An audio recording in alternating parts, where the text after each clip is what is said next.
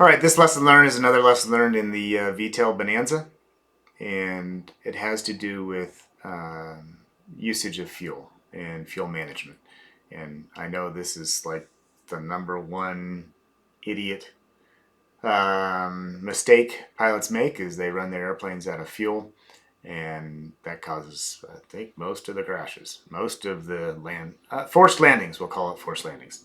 Anyways, the I'd flown that airplane quite a few hours now, and I kind of knew about what it burned. You know, it kind of burns 9 to 11 gallons per hour, and I had all my fuel calculations figured out. I had half an hour to spare, all that, and I had the lesson learned was that my calculations were mostly at higher levels, and so I'm able to lean the mixture out, and it's a pressurized carb, so I'm still kind of baffled about the pressurized carb, but it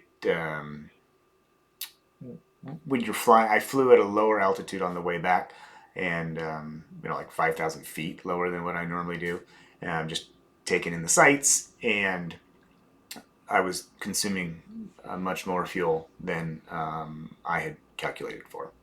And so, on Bonanza, you're switching tanks constantly, setting your watch, making sure you're doing the right thing and you don't run one tank out. And you're also checking, making sure the right switch is, so you're looking at the right fuel gauge. It's fun. I'm an engineer kind of guy, so I like all that kind of stuff. And it keeps my attention, it keeps me from getting bored.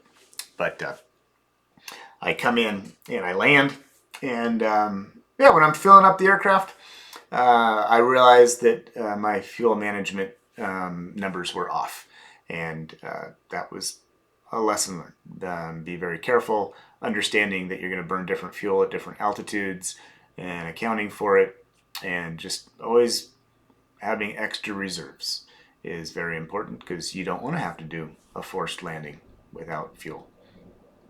It was not a forced landing without fuel. It just was closer to the levels that I wanted. So that was a lesson learned.